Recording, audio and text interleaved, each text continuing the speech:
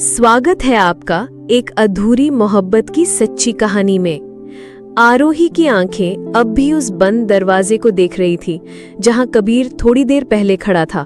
उसके हाथ में अब भी वही लिफाफा था जिसने उसके दिल की धड़कनें उलझा दी थी। नीचे से बार बार पुकार आ रही थी, आरोही जल्दी करो, सब इंतजार कर रहे हैं। उसने धीरे से लिफाफे को ड्रेसिंग टेबल के अंदर रखा और मन में बवंडर लिए नीचे चली गई। नीचे सब कुछ चमक रहा था, फूलों की सजावट, सजी धजी औरतें, मेहंदी के गीत, कैमरे की फ्लैश। लेकिन आरोही का चेहरा सिर्फ मुस्कुराने की एक्टिंग कर रहा था। रोहन उसे देखकर मुस्कुरा रहा था, वही मासूम मुस्कान जिससे आरोही को कभी सुकून मिलता था। उसने उसका हाथ पकड़ा। तुम बहुत खूबसूरत लग रही हो आरोही।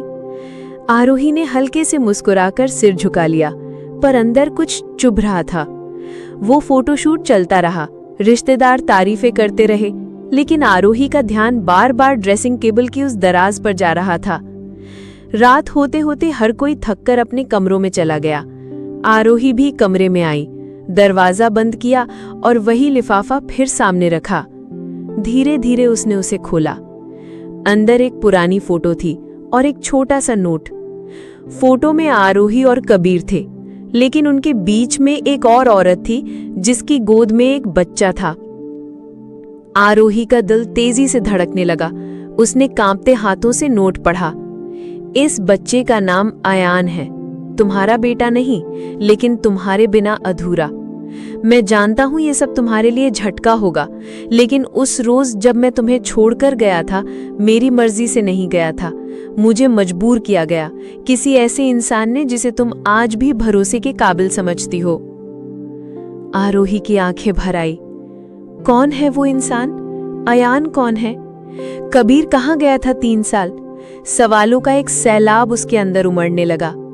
अचानक उसके फोन पर एक मैसेज आया, कबीर का। ग्रेटेड डैन का साइन। अगर तुम सच जानना चाहती हो तो सुबह 6 बजे पुरानी हवेली के पास मिलो।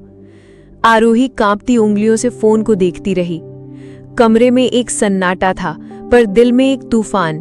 और उस तूफान के बीच आरोही ने पहली बार अपने आप से पूछा, क्या मैं सच का सामना करने के लिए तैयार हूं?